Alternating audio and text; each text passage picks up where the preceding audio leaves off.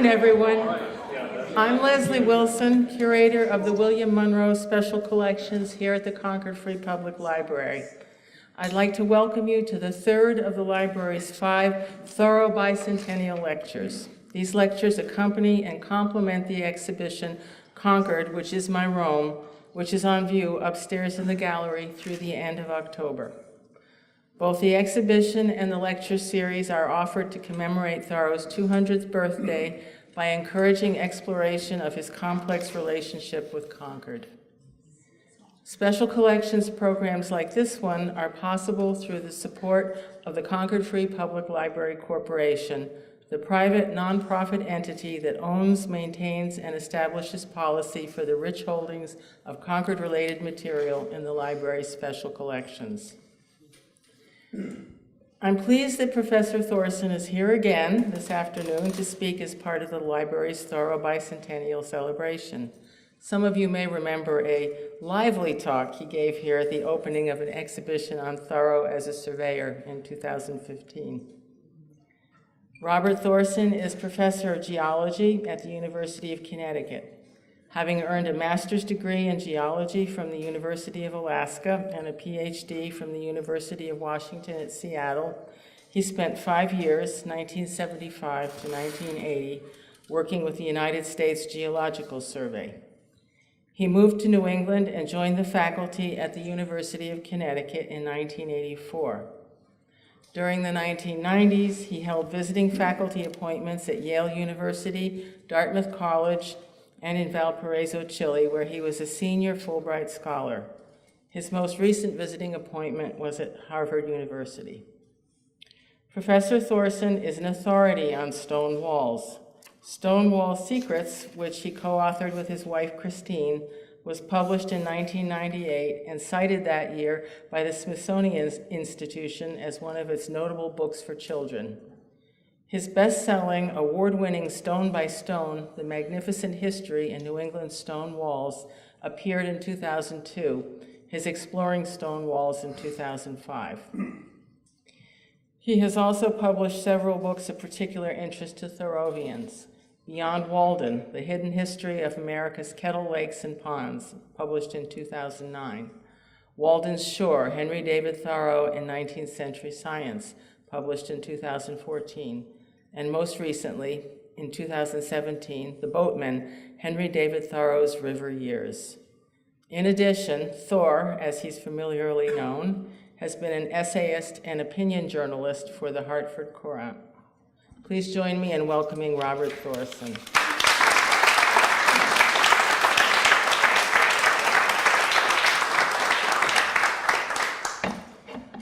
Well, it's nice to be here. I decided to write my talk, thinking it might keep me on track. I don't know if I'll be able to, but I am going to try, because the last time I didn't even read my talk. I just went at it. Thank you for that wind-up on stone walls. I had no idea that that would be coming out.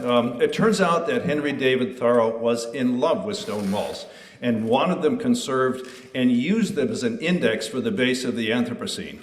You know, the early Puritan stone walls were the ones that fascinated him the most. I'm already way off script. But I can't resist telling you this story, that he was prowling around the stone walls up, somewhere in West Concord, and he ran across a cellar hole, and he went into that cellar hole, and he deducted, all right, that there was a horse there. A horse meaning sawhorse, big enough to hold 8 liquor barrels, okay? And he said something about the early Puritans came to make sure that they knew how to drink and would drink quite a bit. And this was on the basis of the Stonewall Trail that he went on. So that's me going off script. Here I go. Thank you for coming. I'm reading now. And thank you, Leslie, for the invitation. It's an honor to be here as part of this distinguished lecture series to celebrate the bicentennial birthday of Henry David Thoreau. It's a special honor to speak at the same series with Laura Walls, Beth Hall Witherell, Robert Gross, and Robert Hudspeth. Before I get started, I ask you to pause and reflect on last week's weather. Do you remember?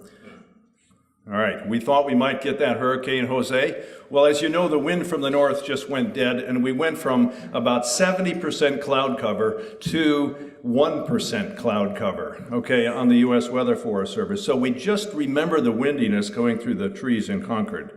And with that in mind, here's the epigraph of the boatman.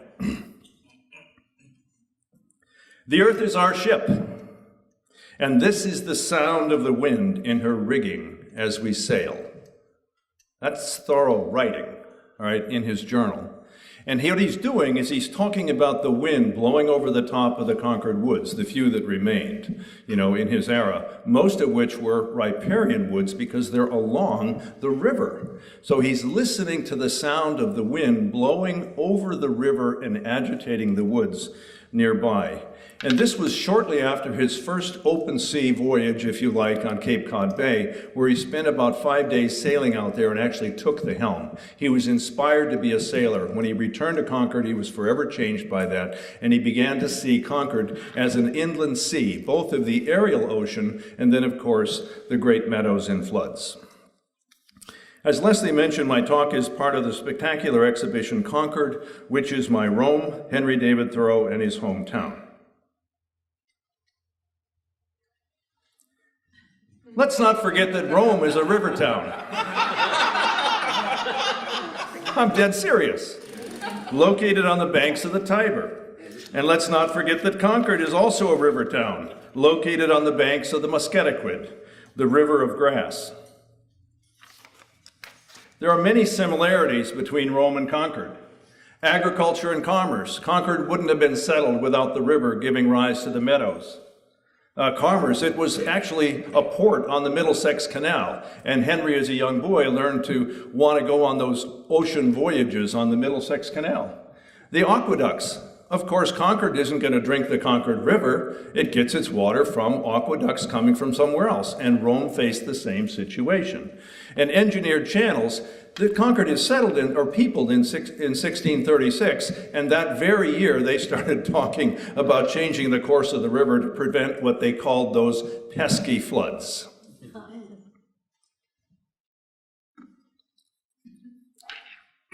That's my plan today, to cover 3 basic topics. Number 1, Thoreau's riverine or riparian or fluvial sense of place. We'll nail that, and that'll be the longest one. And then the flowage controversy. This is a crazy, crazy story. It's a detective story with Henry essentially acting as a spy for about 18 months.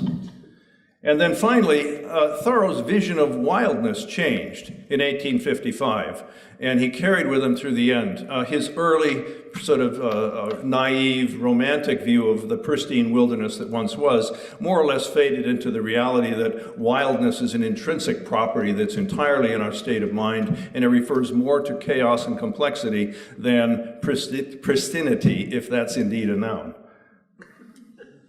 I doubt that's a noun. Did I just make up a word? So we're already at the first part of the talk, and when you see this lovely photo by Juliana Barrett, we had a photo contest for the frontispiece of this book.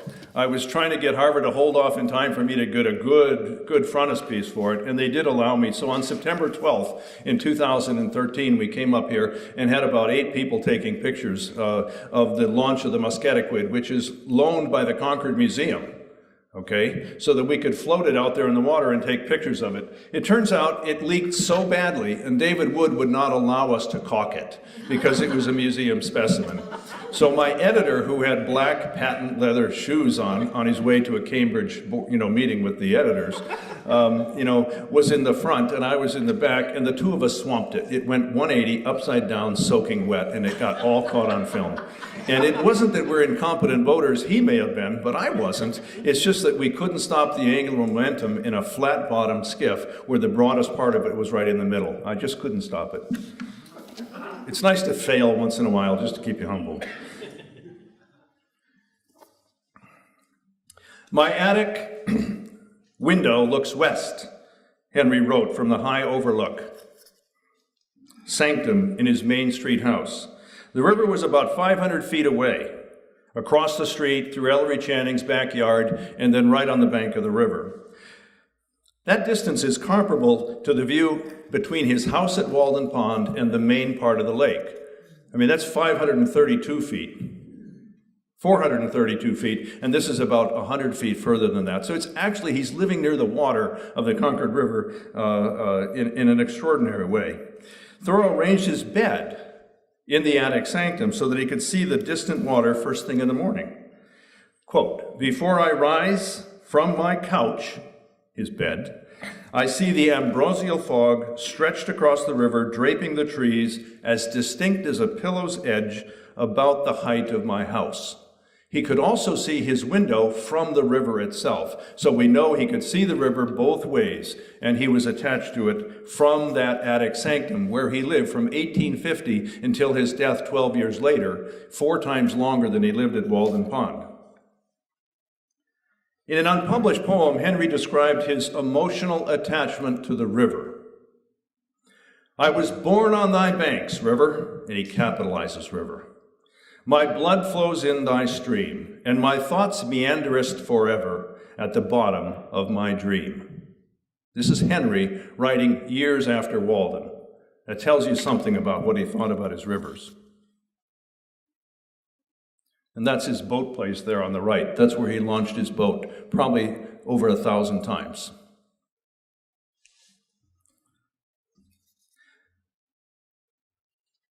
Here's how Thoreau explained his personal river geography in his journal.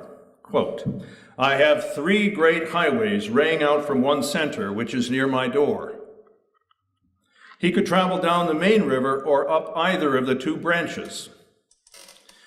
Quote, "Could any avenues be contrived more convenient?" Earlier, Henry had exaggerated, "I think that I speak impartially when I say that I have never met with a stream so suitable for boating and botanizing as the Concord. And fortunately, nobody knows it." Up Assabet, quote, "Up Assabet," is probably the most common opening phrase in Thoreau's 2 million plus word journal. For this, he would row a few thousand feet down on the darker, quieter, sluggish Sudbury, and then up the clear flowing Assabet, drifting lazily downstream on dozens of perfect afternoons, over a rippled, sandy, and pebbly bottom with several deep swimming holes and multiple shallows. That part of the story will come in later. Quote, "Upriver, to Fairhaven, to Clamshell." These were other common opening phrases to his journal. This signified a southward trip up the lake-like Sudbury River, which zigzagged between rocky cliffs and lush meadows en route to Fairhaven Bay, where he could sail even in calm conditions, thanks to the local breezes set up by the reflective lake and its surrounding dark woodlands. Quote, "Downriver, to Great Meadow, to Hill," that's Ball's Hill, signified a northward trip down the Concord River below the confluence, after passing through a straight reach aligned by the local bedrock strike, arched by 2 bridges, and flanked by gravel bars full of historic sediment and sawdust. He found during flood a vast inland sea nearly 2 miles long, over which he voyaged like a mariner, right here in the Great Meadows in Concord. Here's a sample passage from his journal that reveals his joy of sailing right here in Concord. "On the water you scud before the wind in your tight bark and listen to the surge of the great waves sporting about you, while you hold the steering oar, and your mast bends in the gale, and you stow all your ballast to windward, and you hear the crisp sound of surging waves that rock you and ceaselessly roll and gambol you, and ever and anon they break into your boat." That's Henry in Concord.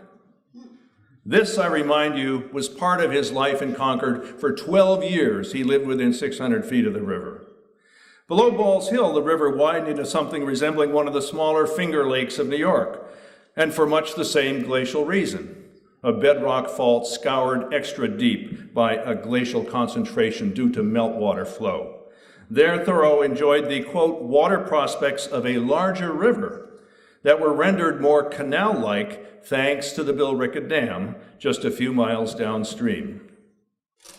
Near the end of his life and during the river project, Thoreau had a chance to actually measure the length of his 3 blue waterways. 16 miles up the Sudbury, 11 miles down the Concord, and 6 miles up the Assabet. The grand sum was 33 miles of contiguous navigable water right here. In 1853, 3 years after moving to the Yellow House at 255 Main Street, Thoreau explained why he chose to live in Concord. It has nothing to do with Walden Pond. Such a one as I will choose to dwell in a township where there are the most ponds and rivers in our range. Of his ponds, Fairhaven was his favorite. That's radical. That same year of 1853, and from the same Main Street house, Thoreau actually claimed possession of the river. I love this. This guy is so cocky. You gotta love it. Without being the owner of any land, remember he tried to buy a farm a few times? He tried various things. Without being the owner of any land, I find that I have a civil right to the river. That if I am not a landowner, I am a water owner. It is fitting, therefore, that I should have a boat, a cart, for this is my farm. And during an end-of-life reflection, Thoreau asked himself, what are the natural features that make a township handsome? His private answer begins, a river. On that very day, he decided, quote, that not only the channel, but one or both banks of every river should be a public highway. The only use of a river is not to float on it.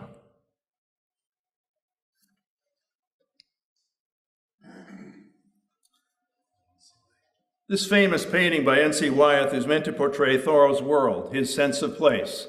I think most of us have seen this picture in one form or another. I love the painting. But biographically, it's a distortion. He was a boatman, more than a man of the woods and field. He loved trees, but a lot of those trees were along the edge of the river. He was a townsman, more than a refugee from the ills of society, and the 3 waterways led him right to the heart of the town. I think you can see what I'm getting at there. Front and center and magnified is Walden Pond. And in the background, what we see is a bit of the river. Ah, yes, where did Henry live? Oh, the cabin that isn't a cabin, is the image that we all have. It's a house. 100 times, I just counted them. 100 times he used the word house in Walden. And he used the word cabin twice, and both times it was for literary effect. Once the metaphor for the porthole out of a ship's cabin. It's not a cabin. But at any rate, you can see that the Main Street house that he lived in is trivialized in this background. It's just a row of houses there of nondescript, one after another. The feature house is the one at Walden. This is a distortion. And I would argue that this is a distortion too. What a lovely book this is. David Foster's Thoreau Country. I'm sure some of you have read it. It's a fantastic book. I can't take anything away from it.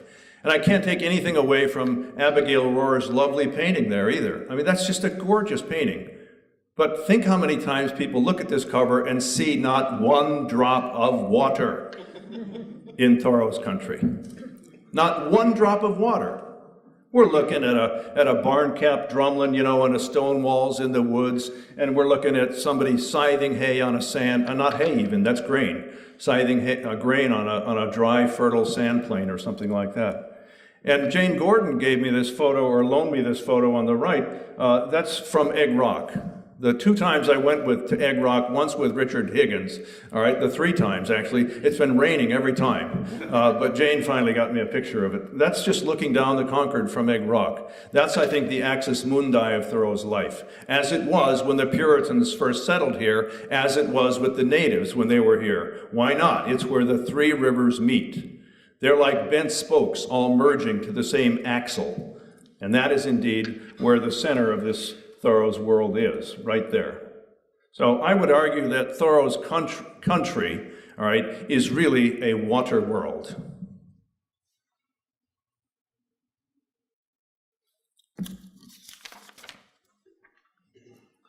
I don't know if you can see this in the back, but this is one thing I missed when I wrote The Vote Man. I'm just kicking myself every day for this.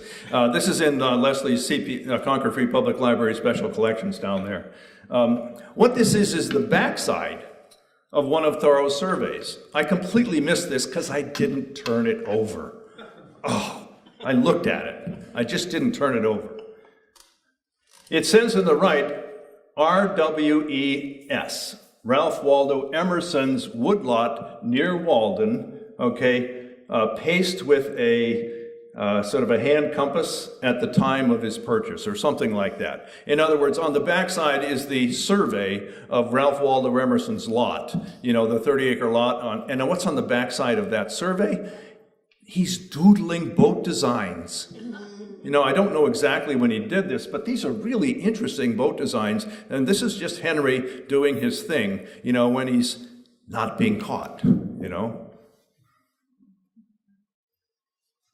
And so I spent almost a year summing the statistics for the journal. It was torture. I built a spreadsheet that was 7,000 entries long. Okay, I tried to keep track of where he went, who he went with. I had all these numbers. I had 60 cells, or 60 different columns, you know, and 7,000 rows. That's a pretty damn big matrix.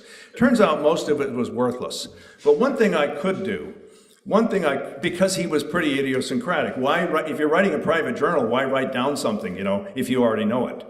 You know, so it kind of rendered the statistical validity of it pretty bad. But what he did, what I could tell was, A, did he write a journal entry? Was he in Concord?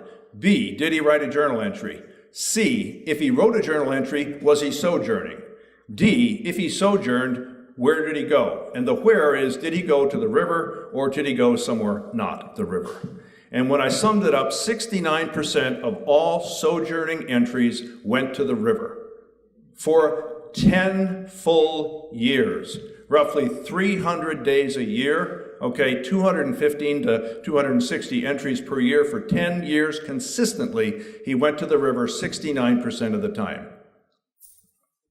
And he used a boat more than an order of magnitude more often than the average person does today. Who owns a boat? They use it about 9 times or 11, and he went at least 50 times. The final metaphor, there's a story in this book that I won't do, but Emerson comes to pay his respects before Henry dies. He's still upstairs. They have this nice conversation. It's all about the river. And Emerson remarks of the view of the river from Henry's attic garret, probably just a few days or a day or so before he moved downstairs, you know, to basically die in the front parlor. And that final metaphor is all about the river, both from Henry and from Emerson, as recorded in his notes. And his final sentence, of course, is, "Now comes good sailing." The final coherent sentence of his life. It's not, "Oh, I wish I'd spent another day at Walden Pond." I didn't expect to get a joke out of that. Okay, so now we get to the part that Leslie wanted me to talk about. I asked her, and I said, "What do you want me to talk about?" And she said, on your behalf, "I want you to share how Henry's River Project sheds light on his relationship to Concord." Okay, so everything I've talked up to now is just about Henry's he likes messing around in boats. I mean, that's basically what I've done so far. But now let's get serious. So what exactly is Thoreau's River Project? It's mistakenly or erroneously called his River Survey. He didn't do any surveying in his River Project. It's his late life contribution to the flowage controversy. Now I got to define that. The flowage controversy spanned 4 years from 1858 to 1862. 4 years. It involved 4 separate acts of the Massachusetts State Legislature, the General Court, the government. It was adjudicated in the town's favor by the State Supreme Court several times. And it was finally won through corruption by the industrialists on April 25th, 1862, only 11 days before Thoreau died. His last 4 years were involved with the flowage controversy. And a very good review of that legal history was published about 20 years ago by Brian Donahue, an environmental historian. And he ended his report with an illuminating speculation on Thoreau's involvement. But his article wasn't about that. It was just about the history of the flowage controversy. Well, I took that as a starting point. I took his illuminating speculation, and I just went obsessed with the detective work of trying to figure out what Henry actually did. And I got about 150 pages on Donahue's illuminating speculation. And in place, my expose reads like a detective story of river forensics. And in others, it's just downright funny because I'm quoting Thoreau's razor-sharp humor about what he thought, about the lawyers involved in the case and the protagonists and the detractors. It's just really funny in places. The favorite quote there is that the third hand, he's saying that the river is damned at both ends and what in the middle? Cursed in the middle. Somebody knows that quote. Damned at both ends and cursed at the middle. And that pretty well sums up, the state of affairs for Musketaquid, because it does have a down and it does have an up. All right, but mostly my book, The Boatman, is a case study of a polymath genius, the work of a citizen scientist behind the scenes working to understand the landscape of Concord, how it was changing for better or for worse. In late 1858, after 3 successive years of bad, wet hay harvests, all right, that's 1856, 7, and 8. In December, the Meadowland farmers rose up in protest, and of course it started right here. Quoting The Boatman, which is quoting Simon Brown, which is taking place in Concord's town hall. And he says, this is me writing, on the 27th of December, 1858, in the town hall of Concord, more than 200 citizens gathered for a historic meeting. The meeting was called at 1 o'clock by Simon Brown, Esquire of Concord. And now I'm quoting the Farmer's Journal. In Brown's words, he asked them, quote, to organize, to take a stand, and raise your colors and nail them to the mast. Applause. That's in the magazine article. And from that moment onward, this is quoting, from that moment onward, great agitation commenced in the town hall. They're really pissed off. They're finally going to go at the downstream textile industrialists at the Billerica Dam and get their meadows back again. The rich river meadows that had nucleated the settlement of Concord in 1635 and which undergirdled the colonial economy for at least a century were now persistently wet. Though the meadows had always flooded during spring, the problem now was the waters weren't receding the way they used to. And summer storms caused much higher flooding than it did before. The farmers blamed the downstream Billerica Dam for, quote, flowing or backflooding the 15,000 acres of land. These are the meadows as we see them today. And what the farmers are saying is that even these are underwater and way too wet and muddy to farm. Ah, there's the culprit, the Billerica Dam, a nice picture of it. Looking basically upstream, and that is the Concord River going over the Billerica Dam. Remember that the Concord River is mostly in Musketaquid, but it drains over a bedrock threshold at North Billerica and goes down to Lowell. And we tend not to think very much about that lower reach, but it's pretty critical. So from the courts, the farmers sought restitution for what was effectively a class action lawsuit involving the leaders of 8 river towns. It's not just Concord, it's all of them. And more than 540 signatory landowners.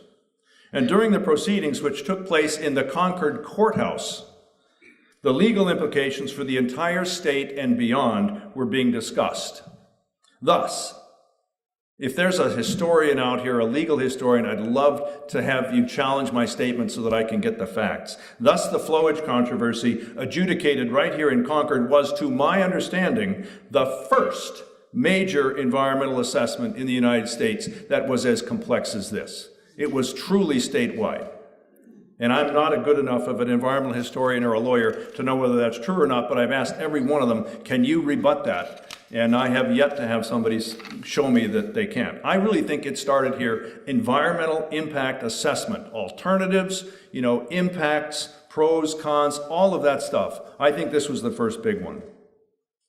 The controversy had legal precedence dating back to 1710, when the first dam was built across the Concord River. That's 1710. That's a lot. That's 160 years of controversy. Lawsuits were filed one after another that argued the dam was to blame. In 1811 and then in 1833, the river was carefully surveyed to address vigorous lawsuits going back and forth. These data were later used by Thoreau to figure out what was going on in 1859. And what I've got here is a simple sketch. Down in the lower right, we have the downstream Billerica Dam. And in the middle, we have the Concord River in flood. One of the photos here by Gleason in the Concord Library collections. And you can see the bridge off to the right there.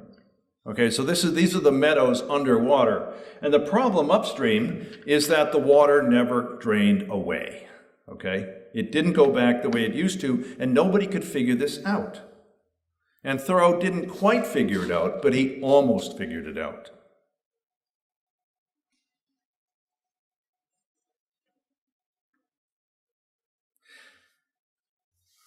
Ten years earlier, love this one. 10 years earlier, in 1849, in an accurate foreshadow of the flowage controversy to come, Thoreau described the situation in his book, A Week on the Concord and Merrimack Rivers. In it, he focused on Wayland, the wettest town of all. You're spending too much time figuring that out. Wayland, just imagine Wayland underwater, the wettest town of all. And here's a quote from the week. "This town is the greatest loser by the flood." This is Thoreau writing about Wayland. It could be the same for Sudbury. I mean, Wayland was East Sudbury for so long. It's the same big meadow. Its farmers tell me that thousands of acres are flooded now since the dams have been erected. Now there is nothing but sedge and cut grass there, standing in water all year round. That's the upper left slide here. For a long time, they made the most of the driest season to get their hay, sedulously pairing with their scythes in the twilight. But now it's not worth the getting. And they look sadly around to their woodlots and uplands as a last resource. That's the farmers of Wayland. The central legal problem was that the upstream farmers, the plaintiffs, or the petitioners, had to prove that the problems were due to the dam. I mean, that's logical. You basically sue the dam, and you have to prove that the dam is creating problems. To help resolve the issue, hydraulic experiments were run in 1811, 1834, 1859, and 1861. The idea was to quickly change the water level at the dam downstream and watch the results upstream. And here's an example up here of such a plot. And what you're looking at here is the Assabet River in flood, right there. This, by the way, is distance down here. And that's about 10 miles long on the blue, okay? So we're looking at about 15 miles across, and this is 1 foot elevation. That's not very much, okay? So the vertical exaggeration is 3,000, okay? It's really, really a very flat place, as you know. During flood, the Assabet comes down here, and it meets the Sudbury, and then it drains down through Concord during flood stage. We've got good data here. There were 35,000 data points in this 1861 report. That's amazing. Okay, but basically what happened was this turned the Sudbury into a lake. See how flat that is? Totally flat. And then there's another riffle at Robbins Bar, and then further up in the Sudbury. During drought stage, by the way, this is a control horizontal right here at 10 feet. During drought stage, it's almost a flat line. Because what the dam owners would do is they would lift up the flash pan, the boards, to make the water as high as they could during drought, which basically made it a flat line for 20 miles. It's totally lake-like, unbelievably lake-like. So I'm going to read this. The plot shows something remarkable that Thoreau mapped and understood. Number 1, you see number 1 there? Under flood conditions with water pouring 2 feet over the dam in Billerica, the water of the Assabet River dams up the lower Sudbury. In fact, the lower Sudbury flows faster upstream than it ever flows downstream. Now, that's counterintuitive, so I want to say it again. That is, the lower Sudbury flows faster upstream than it's ever flowed downstream. If you know where Fairhaven Bay is, You know, typically we think of the Sudbury flowing north into Fairhaven Bay and then continuing north to flow out of it. Well, during high water in the Assabet, actually the inlet reverses to become the outlet and vice versa. The water flows into Fairhaven Bay from the north and out of Fairhaven Bay towards the south. That's because the Assabet is the real powerhouse here. Number two, the strong flood flow that you can see up there marked by number 1, go down to number 2, creates a new bar, a new gravel bar, when the river is flowing up the Sudbury River, which I call the backflood bar because it's actually produced by a backflood of the Assabet moving up the Sudbury. That bar dams the water at low flow. You see, that creates a sediment dam that makes everything wet up to Robbins Bar. And Robbins Bar up there to the left is actually graded to that lake, so there's another lake above Robbins Bar caused by the same problem. You can read the book or talk to me about this later. I can't explain it without a lot of graphics, but basically we know why Wayland got wet. It got wet because the Billerica Dam flooded the outlet near Billerica. The flooded outlet was less efficient. I'm off script, can you tell? It was less efficient. Because it was less efficient, it couldn't evacuate the water as efficiently when it was coming down the rivers, okay? Because of that, it was higher. Because it was higher, the Assabet built a gravel bar at a higher stage. And when everything dropped down again, that higher gravel bar, all right, just stayed there. The Sudbury has too little power to work it down and cut it away, so it effectively became a new lake above the Egg Rock, essentially, the lower Sudbury. And then, interestingly enough, into that lake poured Pantry Brook with more gravel. And that created another bar higher up that created another lake above Pantry Brook. So the Billerica Dam, I know this is terrible, but the Billerica Dam, all right, is raising the flood, which is raising the sediment bar, which is causing a lake in the lower Sudbury, which is raising a bar in North Sudbury, which is then creating a lake in Wayland. That's the answer. So the only thing the Billerica did was to start the process, and all of that happened. Oh, I went over time. Maybe I'll skip a page. But no matter how good the data was, no matter how good it was, the legal cases were always decided against the meadowland farmers for 2 reasons. 1, they couldn't prove that the dam was the only problem, because all of the activity upstream was influencing this as well. The defense was, well, how do you know it's us that's creating these problems? How do you know it's not all of the mills in the upper Assabet? There were 82 factories on 50 mills at this time. That's a lot of impact. So how do you blame one small 8-foot low dam downstream for all of these problems? Then there were the compensating reservoirs upstream that poured water down. They called them water avalanches in the summer to keep the millers happy. How about the 20 bridges? The 20 bridges across Musketaquid. Each of those backed up the river about 3 inches during flood flow. And if you sum that, 20 times 3 inches is 60 inches. That's quite a difference in elevation. It's more than the gradient of the river itself. So it's kind of hard to blame all the effects in Wayland on the downstream dam. The bridges got much of the blame, and that's why I think Henry got hired in the first place. But the most important reason why the defendants or the dam owners or the textile industrialists in Billerica always won is nobody knew how the river system worked. It's really that simple.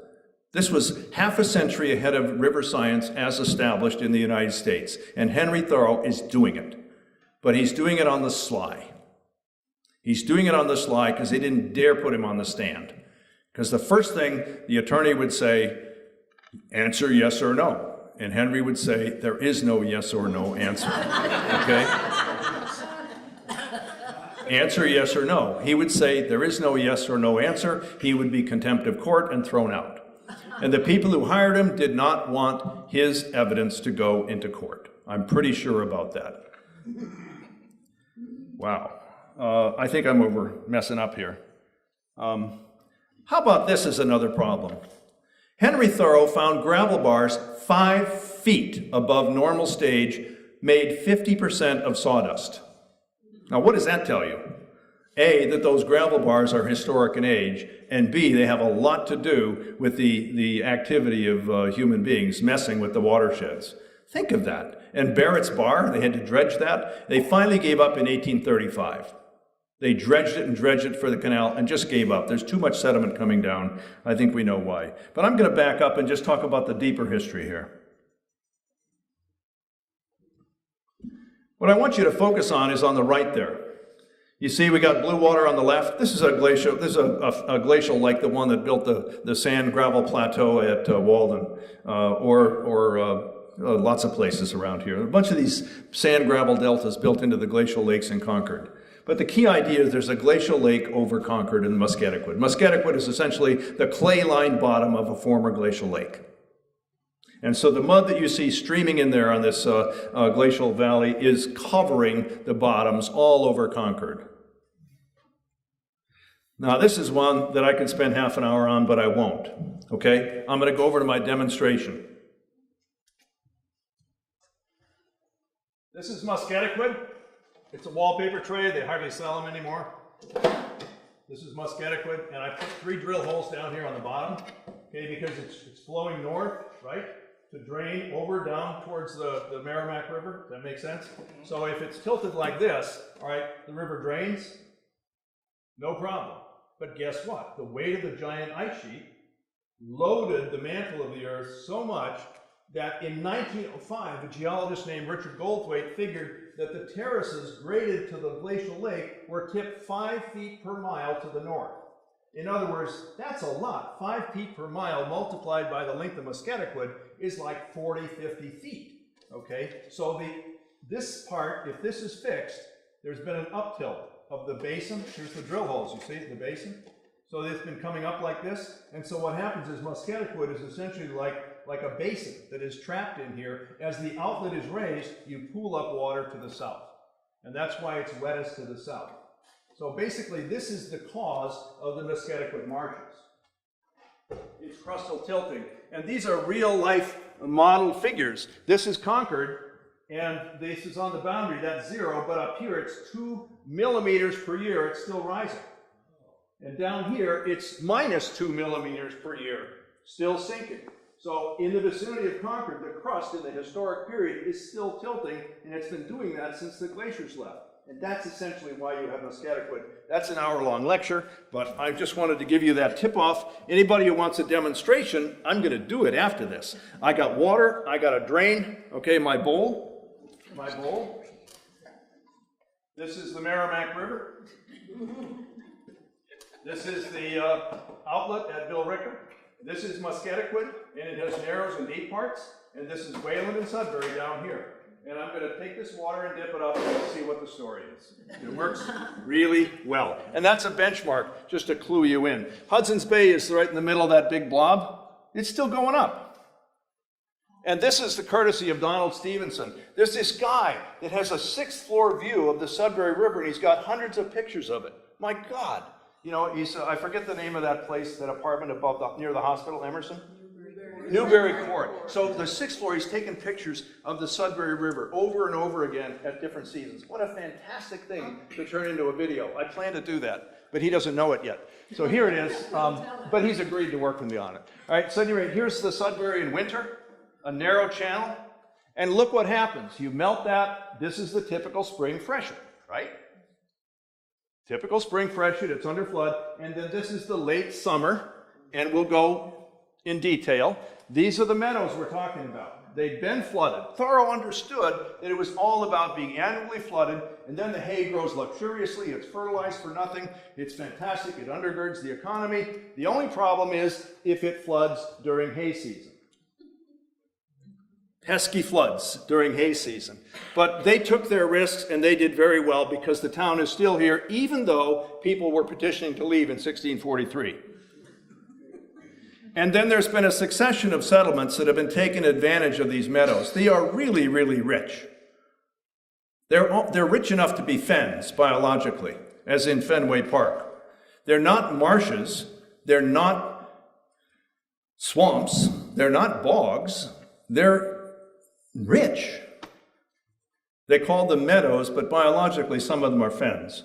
And there you see the earliest artifact in Concord, the Paleo-Indian points at about 10,000 years ago, and especially the woodland Indians and the archaics. They're all over the rivers in high concentrations for thousands of years. And then, of course, the Puritans come, and they, for a century and a half, are simply relying on these meadows. And I thought this might interest you, even if it pushes me over time. How come we're here? Why is Concord where it is? Well, the answer is pretty straightforward. We often think about the river as a Y junction, where two rivers come together on the map and they make a Y. And if you think hydrologically, that is in terms of the discharge or the amount of water, yeah, there's a fair bit of water in the Assabet and a fair bit of water in the Sudbury, and when they combine, they create double the water in the Concord. It's pretty straightforward, right? So geographically and hydrologically, it's a Y junction. But in terms of stream power, hydraulically or geologically, power of the stream, the Assabet, is way, way, way more important. It's about 2 orders of magnitude more powerful than either. So basically what happens is when the glaciers are gone and the lakes drain, the Assabet is in charge. It builds that yellow thing right in the middle. That yellow thing is at Fan Delta.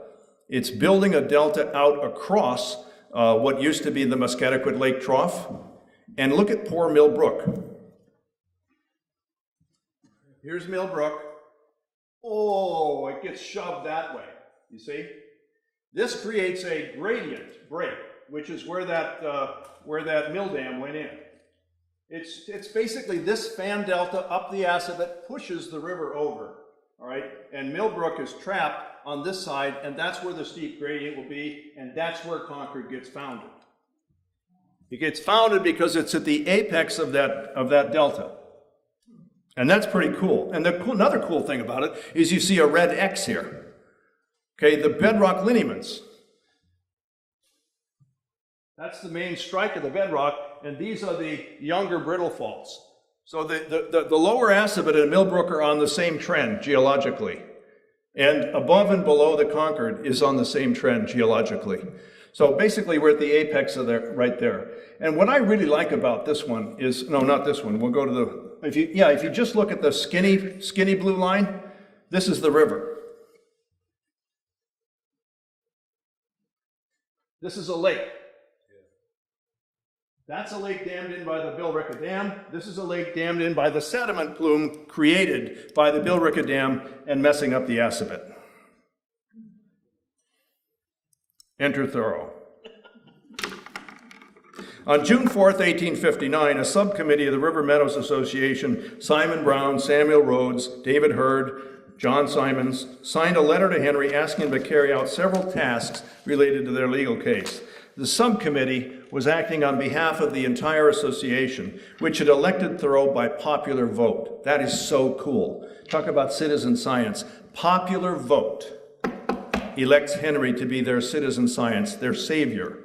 Thoreau, the local boatman, would be their savior, a David, literally, all right, who might stand up to the Goliath of the industrialists. The engineer James B. Francis was the consultant for the other side, and he ran the waterworks at Lowell, and he was brilliant, all right? So that's what Thoreau was up against. The Henry they asked was not the literary stylist who gave us Walden, not the political dissident who gave us civil disobedience, not the patron saint of wildness known for his essay, Walking, nor was the botanist known for wild fruits, faith in a seed, or the dispersion of seeds. Instead, this was an older and wiser physical scientist whose fatal illness would manifest itself only 1 year later. The Valley's most widely respected naturalist, admired not only for his understanding of the plants, but everything about the river as well. Someone listed as a civil engineer on the official town map. Someone qualified to be appointed to oversee Harvard's science curriculum. Someone so well known in a bustling town of more than 2,000 inhabitants that he recently received an unaddressed postcard with his surname misspelled. And this image tells almost the whole story. Henry, the man of Concord, uses that envelope as a piece of paper to do mathematical calculations on. front and back. That's the symbol of where this whole thing goes. He's marginalized in biography, this one, the numbers guy, the hydraulic guy, because the results that he wrote down are as messy as this everywhere, okay? It's a mess of observations so disjointed that much of it was excised from the journal when it was published by Houghton Mifflin in 1906.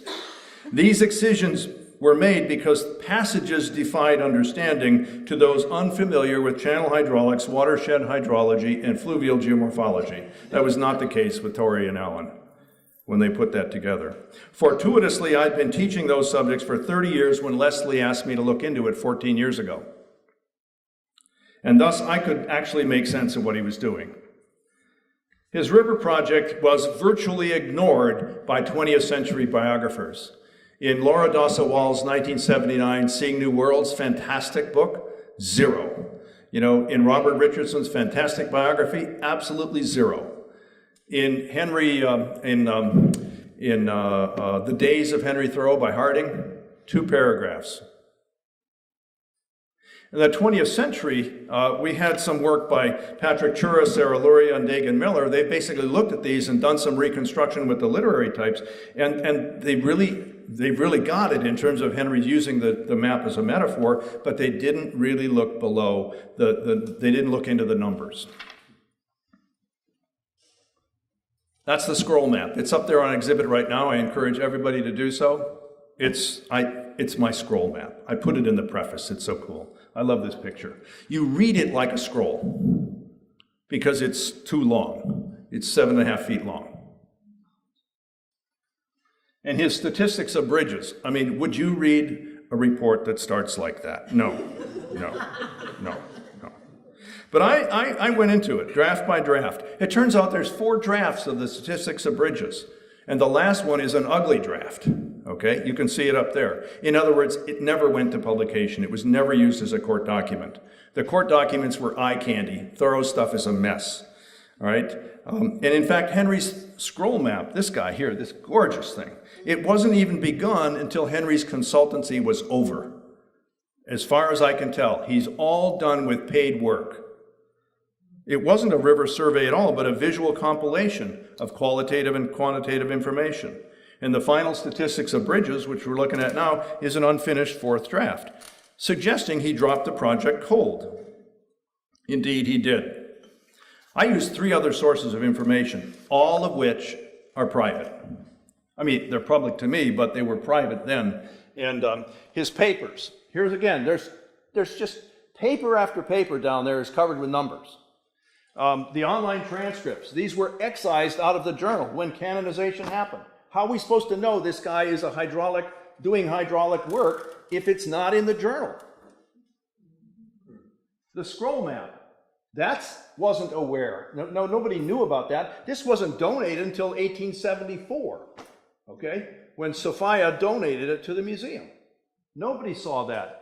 And his published journal wasn't published, this stuff wasn't even remotely related to this, wasn't published until at least 1906. So in addition to Thoreau's 5 sources, I used 2 sources. This one is huge. It's a bipartisan legislative committee, a report. There's a copy down there that she showed me.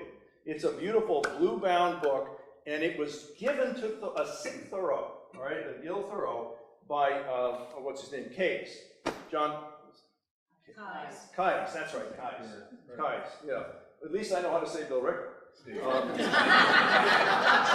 I practiced Worcester.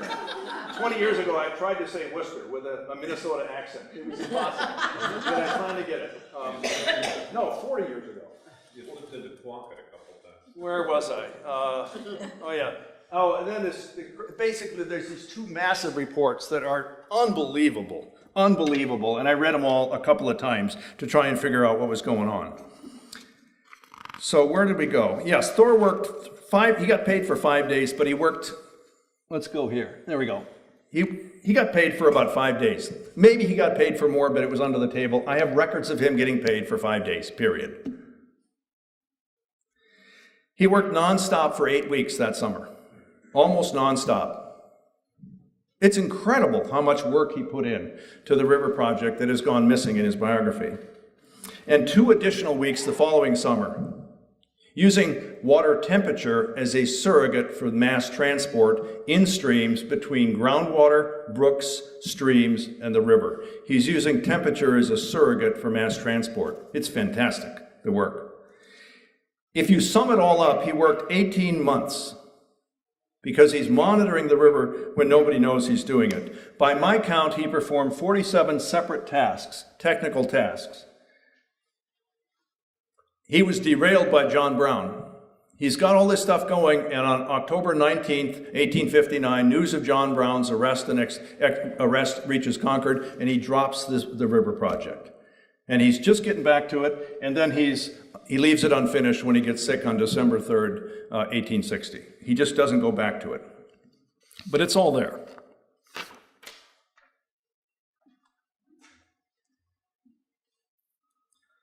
It all started with the spring freshet of 1859. When boating, Henry discovered that each of the 20 bridges of Muscataquid was acting like a partial dam, raising the water level. Somehow, some way, this information became known to the Meadowland farmers who asked him to look into it. I think that's why he got hired. This made sense, given his local reputation. By the middle of June, Thoreau had finished this job, compiled 4 drafts of the statistics of bridges, now on exhibit. This and everything else about Thoreau's river project was kept strictly confidential.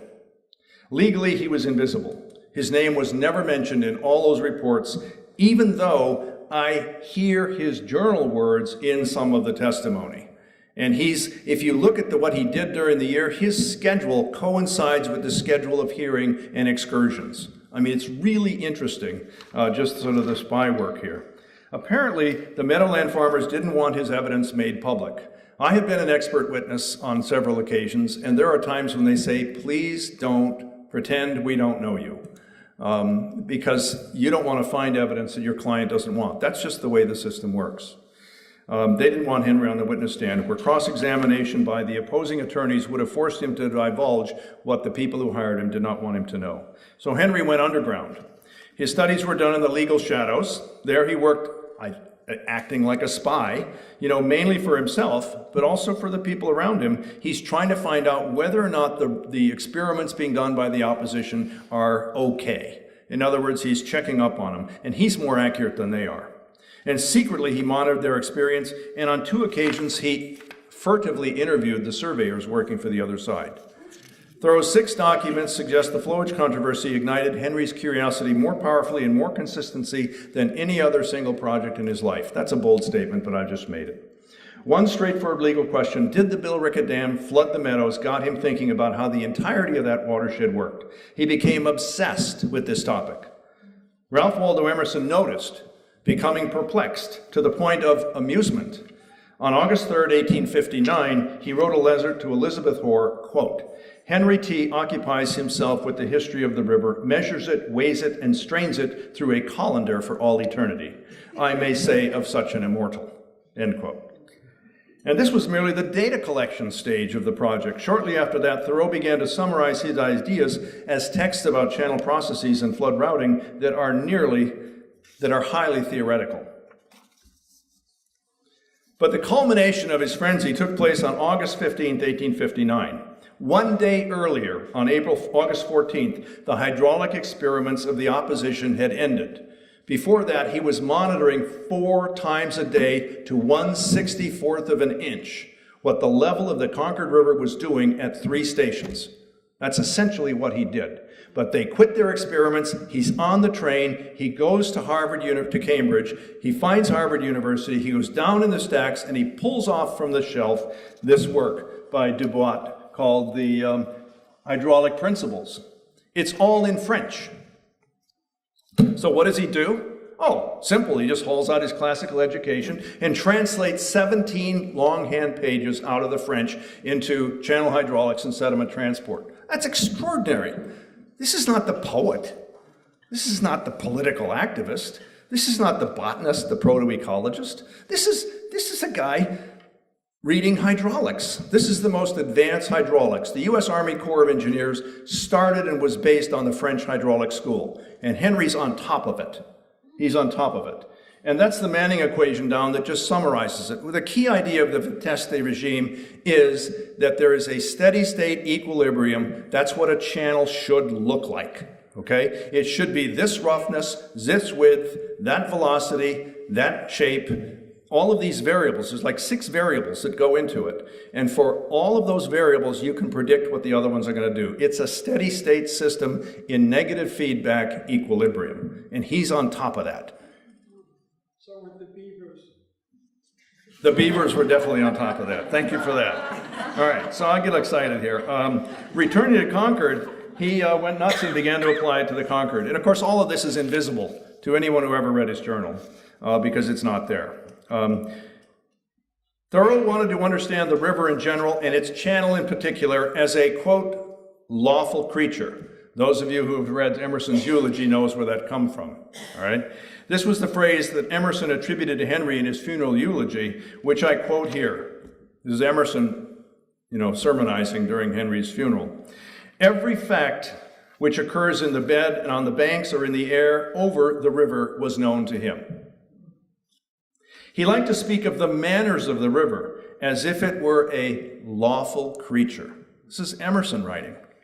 Yet with exactness and always to an observed fact. In short, Thoreau used scientific induction to animate the river in his mind, to find the laws by which this creature lived. The river as a lawful creature. Emerson was spot on. That's exactly what Henry was doing. To understand the river as a lawful creature, Henry had to map it first. This he did with one of the most enigmatic and misunderstood documents that he ever created, his so-called river survey, the map Leslie showed me 14 years ago. I'm not even going to do this.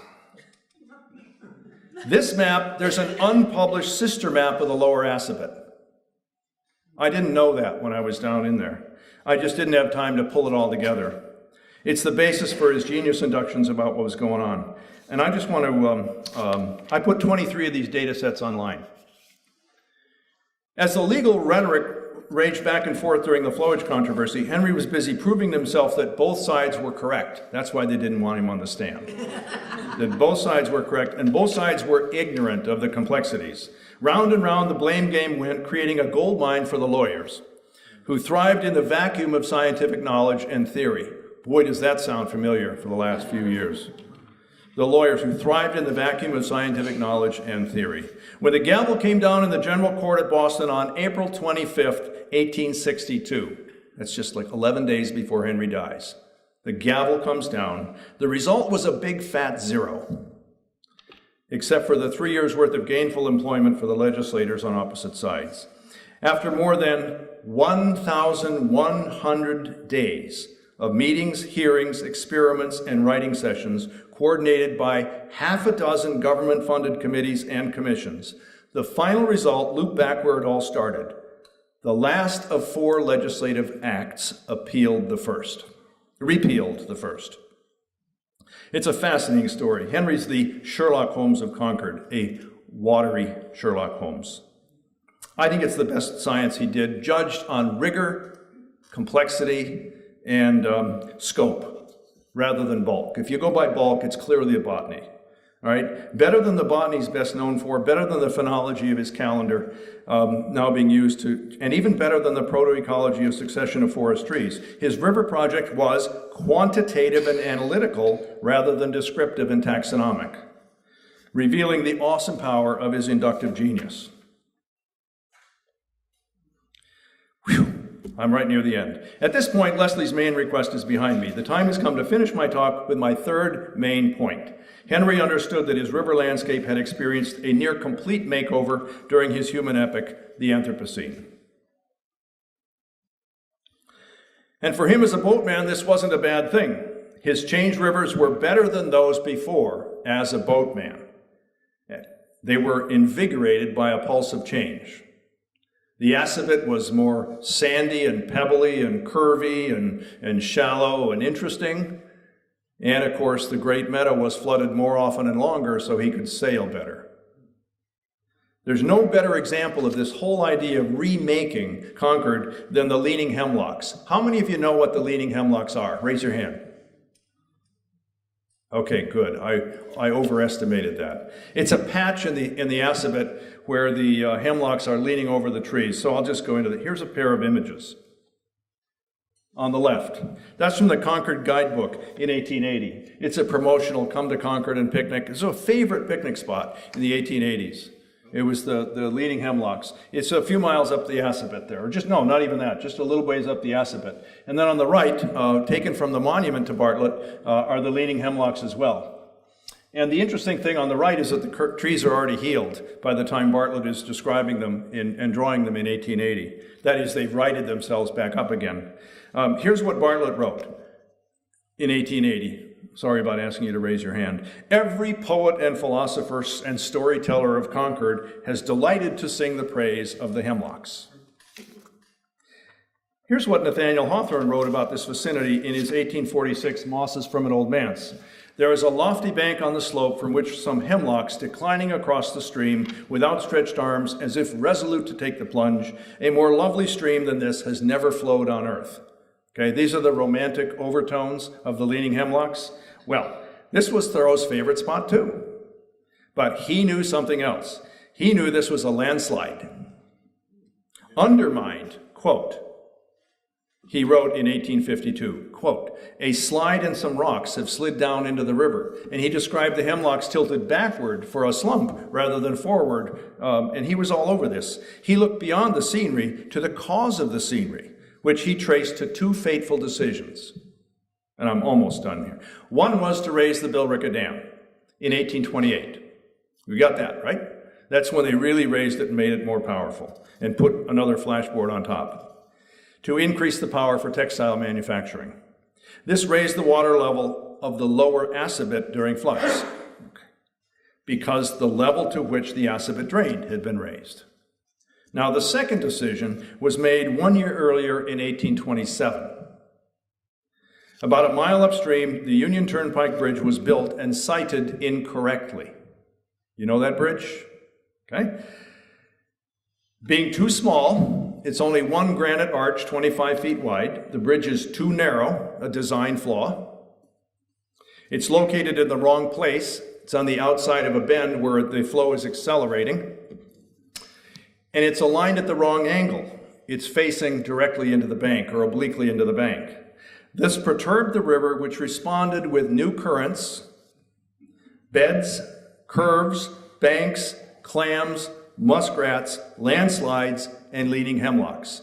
In other words, that's a downstream effect of the misaligned, misdesigned, mislocated bridge in 1827.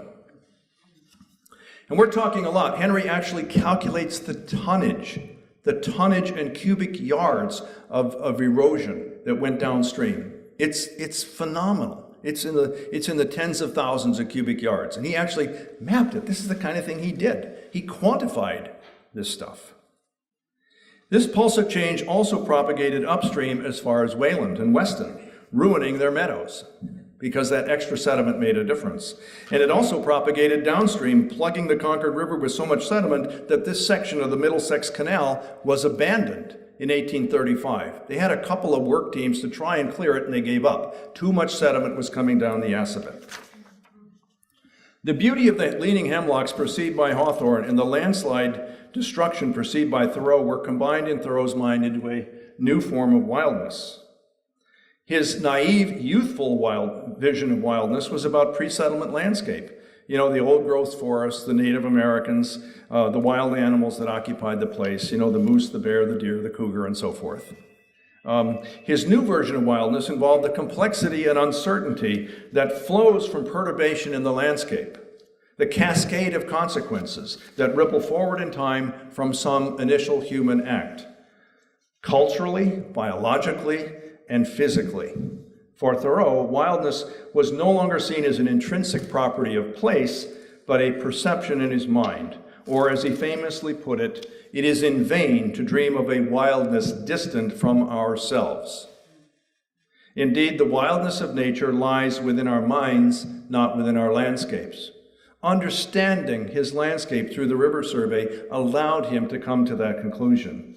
By working out the details of river behavior during his river project, Thoreau realized that his landscape was, by this measure, much wilder than in the preceding millennia. It's wilder because there's an uncontrolled spasm of change being propagated in all directions by deforestation, road construction, upstream mills, downstream factories, and intensive farming. There's all kinds of things happening, and it's not like domino hits another domino. It's a spasm of change that's propagating around. It's complexity in action. It's wonderful. This made his rivers higher, broader, stronger, and faster than during the preceding geological epoch, the so-called pristine epoch, okay? And also wilder and higher and faster than our present century. I'll close my talk by returning to the three main themes I laid out more than half an hour ago. First, Thoreau's sense of place emerged from Concord's three rivers. His three rivers, not Walden Pond, were the main channels of Henry's mature life. Physically as a traveler in Concord, metaphorically as a writer, and symbolically, the precious manuscript volumes that hold his journal, the manuscript, the precious, the case that held his journals was secured in a chest built of river driftwood. Brought down by the spring freshets, he writes, and Channing writes, before holding his words, the river driftwood was the perch of turtles and the dining table of clam-loving muskrats. In other words, Henry's true life's work, the journal, is held within a cabinet that he made out of river driftwood that came down during the freshets. The symbolic power of that is not lost on me. Second, Thoreau's river project was his best science measured by analytical rigor. And it's hardly discovered. I would love to see the Princeton team or whatever it is actually publish that like faith in a seed. It could be done, in his own words. We got faith in a seed, we got wild fruits, we got succession of trees. Why not the river project? He's got it all there. And I don't want to do it. It's pretty ugly. But somebody could do that. And we could have a brand new real document, not Thorson's interpretation of what he did, but Thoreau's own stuff, just carefully annotated and laid out for scholars to follow. I would love that. Any volunteers? It's pretty ugly. The deletion of this quantitative rigor from Thoreau's journal when it was published distorted his canonization as an American writer. It also distorted his legacy as a scientist, and that's my point here. His botany and taxonomy are largely descriptive in the keeping of lists. I don't mean to downplay them, they're very important. He loved trees, as Richard Higgins knows. And he loved all of those plants. Most of his observations are near the river. That's one thing we don't hear about. We think of them being in the woods, but most of the woods are near the river, because that's the land that's hard to get at. His river science was quantitative, synthetic, and inductive. Third, and this is my last point, Henry's maturation as an observer of nature shifted his view of wildness. Initially, he was a romantic, lamenting the loss of pristine conditions. By late 1856, however, he had shed this naive, dualistic view of wildness for a new version that focused on the irrepressible forces of nature that never go away. Never go away. And now in my closing, I'll end with optimism and with an irony about wildness. We're supposed to be looking at that during my last... Nope. The final loss of the Meadowland farmers in 1862. Remember, the Fourth Act repeals the first. 4 years of frustration down the tubes. Through political corruption, lots of political corruption, change of administration on the eve of the Civil War, incredible, was our gain. Their loss was our gain. See, I'm being optimistic. We need optimism, don't we? Their loss was our gain. Quote, the wet, degraded meadows above the Billerica Dam were given up for lost. I'm quoting the last two sentences in the Boatman. They were given up for lost. Left largely unnoticed, they continued to deteriorate for the next half century. But in 1928, Concord resident Samuel Hoare purchased a swampy meadow, formerly known as Great Meadow, to create duck hunting habitat. Popular to go out and shoot ducks then. Working in a completely opposite direction from his ancestors, he built dikes to create the water body we know today, when it was formerly more drained.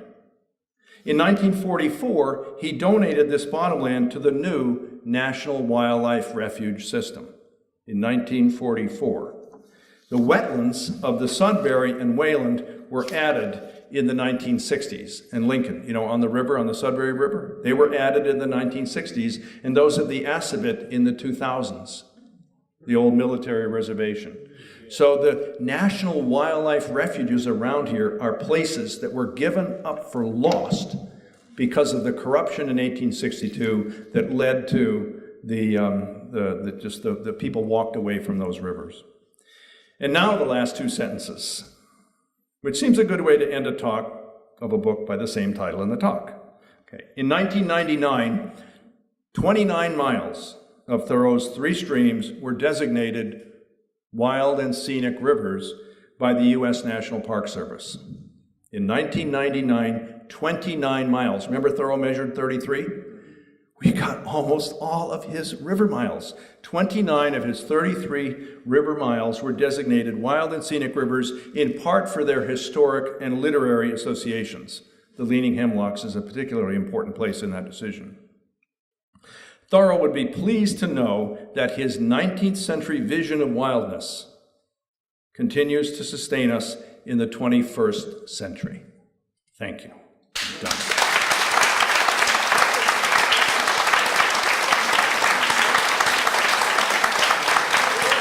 That was fun. Oh, I've been waiting to do that here with who behind me. I was here a year ago, but it was really kind of fun.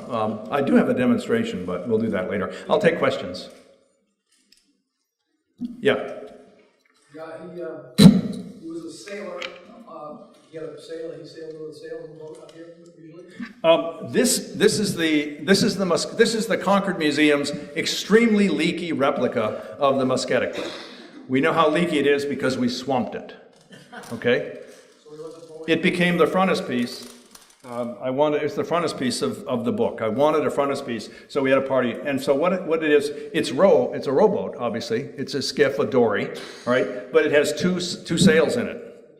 There was one, the journal is so full of sailing adventures. I mean, the boatman's got like 9 pages of sailing adventures. There was one, it was so funny. William Ellery Channing is in front with an umbrella, and Henry's in the back with an umbrella. And then they got their sail up, and they're sailing like crazy with 2 umbrellas and a sail. It's so funny. It's so funny.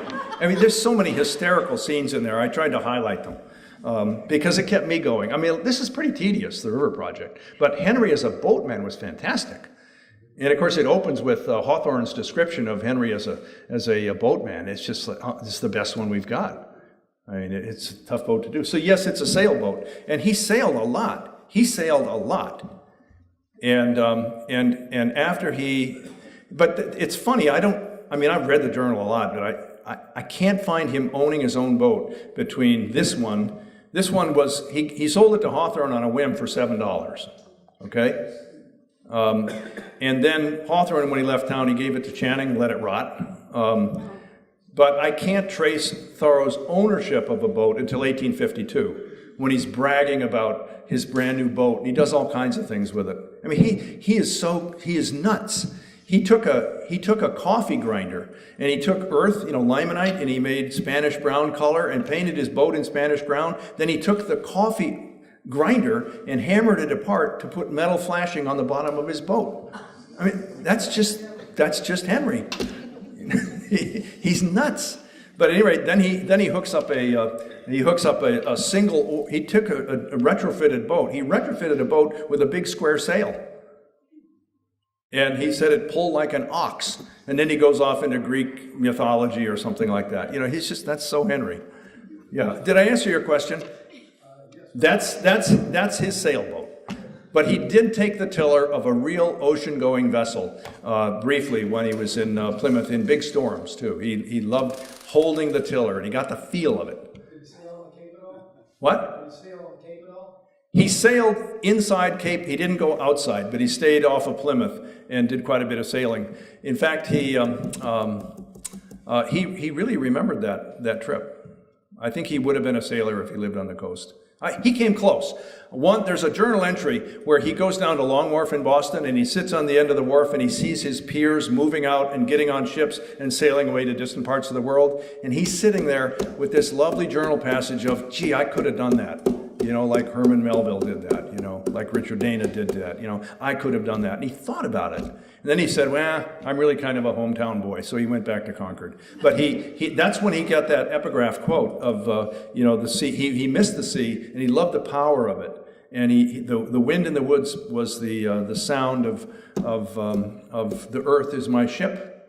It was just fantastic. Oh, and he's got all these metaphors. Every time it got foggy, he'd climb one of the hills and look down on the fog and say, oh, what a sea I have if I only had the right kind of yacht, you know? It's just fantastic. His nautical language goes really, really, really way back. I mean, even his early poetry is pregnant with nautical language. And he built 3 boats by the time he was out of college. What a guy. But in 1852, he got a really nice one, and I think kept it for the rest of his life.